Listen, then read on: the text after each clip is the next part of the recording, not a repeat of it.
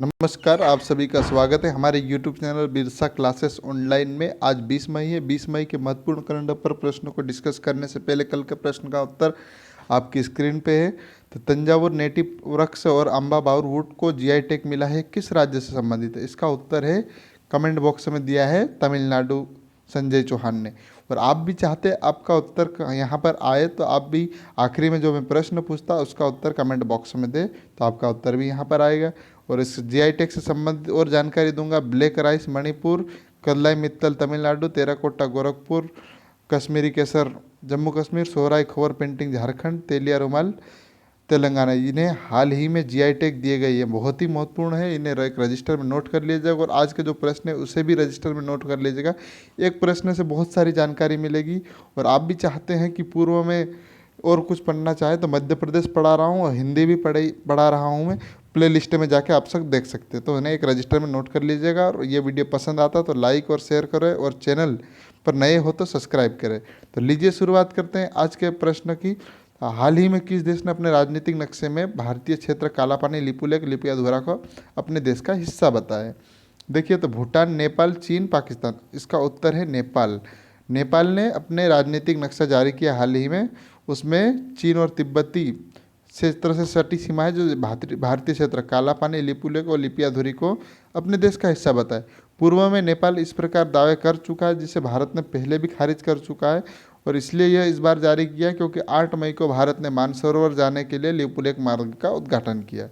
और देखिए विवाद क्यों है और कब से है। तो नेपाल ब्रिटिश कंपनी के बीच में 1816 में एंग्लो युद्ध, नेपाल एंग्लो युद्ध के बाद सुगोली समझौते पर हस्ताक्षर। इसमें काली नदी को भारत और नेपाल के पश्चिमी सीमा को दर्शाया गया इस समझौते में, जिसमें इसी आधार पर नेपाल लिपुलेख व 3 अन्य क्षेत्र पर अपना अधिकार बताता है, जो कि गलत है। अब नेपाल की बात करें तो नेपाल की राजधानी काठमांडू है, राजभाषा नेपाली है और आधिकारिक भी भाषा है नेपाली है, और खसखुर्रा भी यहाँ की भाषा है।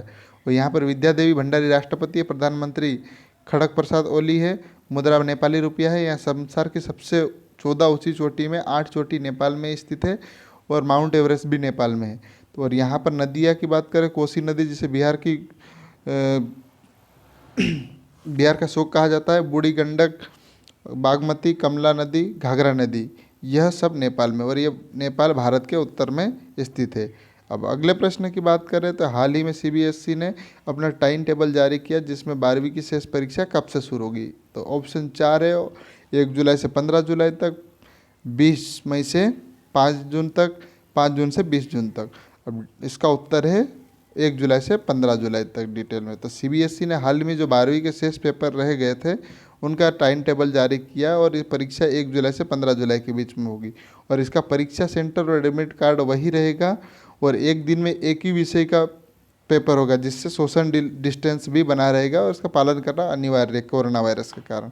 अब सीबीएसई की बात करें तो केंद्रीय माध्यमिक शिक्षा बोर्ड है, इसका इंग्लिश में नाम central board of secondary education CBSE है। इसकी स्थापना 1952 में हुई थी। इसके अध्यक्ष मनोज आहूजा 1990 बैच के ओडिशा कैडर के आईएएस अधिकारी है, और सीबीएसई का लोगो यह यहाँ पर है। अब अगले प्रश्न की बात करते, किस देश के राष्ट्रपति ने डब्ल्यूएचओ को चेतावनी दी? अमेरिका, चीन, रूस और ईरान। इसका उत्तर है अमेरिका।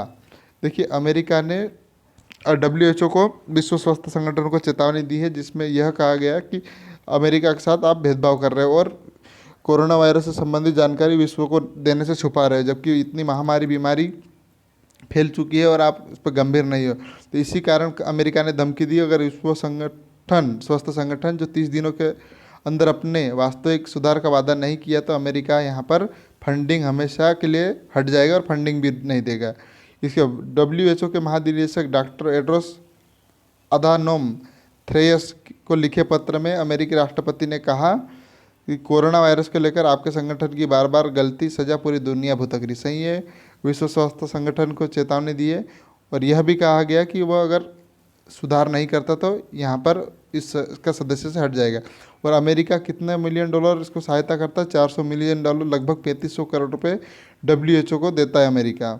अमेरिका की बात करते हैं, इसकी राजधानी वाशिंगटन डीसी है। राष्ट्रपति डोनाल्ड ट्रंप, उपराष्ट्रपति माइक पेंस, और $1 में कम से कम 75.53 रुपये होते हैं। और विश्व का सबसे छोटा लिखित पुराना संविधान अमेरिका का है। यह अमेरिका से संबंधित जानकारी है। चौथे प्रश्न की बात करें तो खतरा मुक्त 5 स्टार रेटिंग में कितने शहरों को 5 स्टार रेटिंग मिली? तो 2, 4, 5, 6। तो इसका उत्तर है ऑप्शन डी 6। डिटेल में देखें तो 7 स्टार रेटिंग में 6 शहरों को 5 स्टार मिले। देखिए इसमें मध्य प्रदेश का इंदौर है जो लगातार 3 बार नंबर 1 आया है। छत्तीसगढ़ का अंबिकापुर है, कर्नाटक का मैसूर, महाराष्ट्र का नवी मुंबई, गुजरात के 2 शहर राजकोट और सूरत शामिल है। 6 शहर को 5 स्टार मिले। और 3, जैसे मध्य प्रदेश से बात करें तो हम लोग एमपी से, तो एमपी के कितने लोग शहरों को और स्टार मिलेगी? तो देखिए 7 स्टार में 5 स्टार इंदौर को मिले हैं और ये 3 बार नंबर 1 आ चुका है। और इसमें देखिए 3 स्टार में खरगोन, बुरहानपुर, ओंकारेश्वर, पीथमपुर, छिंदवाड़ा, फाटाफोड़, कटनी, सिंगरौली, यह 3 स्टार है। और 1 स्टार में मध्य प्रदेश के ग्वालियर, खंडवा, महेश्वर, सरदारपुर, हाथोद, बंदोनगर और सागज। ये स्वस्थ यानी कोरोना वायरस के बाद इसके बाद एक और सूची जारी की जाएगी जिसमें नंबर 1 कौन सा शहर आया यह बताया जाएगा। तो इंदौर को टॉप 6 शहरों में स्थान मिला जिसमें 5 स्टार मिले इंदौर को। अब अगले प्रश्न की बात करते, बंगाल की खाड़ी में उठा चक्रवात तूफान का नाम क्या है? ओनिल, जल, लहर, अम्फान। तो इसका उत्तर है सही अम्फान। अब डिटेल में देखें तो बंगाल की खाड़ी में उठा चक्रवात तूफान अम्फान पश्चिम बंगाल और बांग्लादेश के तटीय क्षेत्र में बहुत तेज हो चुका है। और इसका नाम किसने दिया था? थाईलैंड ने अम्फान। वहाँ पर इसे ओम्पुन कहा जाता है। अरब सागर और बंगाल की खाड़ी में आने वाले 8 देशों ने 2004 से जो यहाँ पर तूफान आते हैं उनका नाम देना शुरू किया, जबकि 1953 में से अटलांटिक महासागर में जो देश आते हैं उन्होंने तूफानों का नाम देना शुरू किया। अब देखिए भारत के तटवर्ती इलाकों, देखिए आंध्र प्रदेश, पश्चिम बंगाल, ओडिशा, तमिलनाडु, कर्नाटक, केरल, महाराष्ट्र और गोवा, गुजरात में चक्रवाती तूफान सबसे ज़्यादा आते हैं। यह संबंध बहुत ही महत्वपूर्ण जानकारी है कि भारत के इतने क्षेत्रों में चक्रवाती तूफान अधिकतर आते हैं। अब डिटेल में बात करें, और डिटेल में आज इतना ही है। अगले प्रश्न की बात करें, 6वां अंतर्राष्ट्रीय संग्रहालय दिवस कब मनाया जाता है? 16 मई, 17 मई, 18 मई, 19 मई। तो इसका उत्तर है 18 मई। डिटेल में देखें हम लोग तो अंतर्राष्ट्रीय संग्रहालय की जो भूमिका के बारे में जागरूकता बढ़ाने के लिए प्रत्येक साल 18 मई को अंतर्राष्ट्रीय संग्रहालय दिवस मनाया जाता है, यानी इंटरनेशनल म्यूजियम डे। यह दिवस विश्व भर में संग्रहालयों की भूमिका के बारे में लोगों को जागरूक करने के लिए प्रतिवर्ष मनाया जाता है। अब देखिए इसका आयोजन कौन करता है? अंतर्राष्ट्रीय संग्रहालय परिषद करती है। ये दुनिया भर के सभी देशों की संस्कृति और सभ्यता को संरक्षण के लिए कटिबद्ध है और इसकी स्थापना 1977 में हुई थी। संयुक्त राष्ट्र संघ ने 18 मई 1983 को संग्रहालय को अहमियत के समझते हुए एक प्रस्ताव पारित किया जिसमें हर साल अंतर्राष्ट्रीय संग्रहालय दिवस मनाने की बात की। और इसे कौन मनाया जाता है?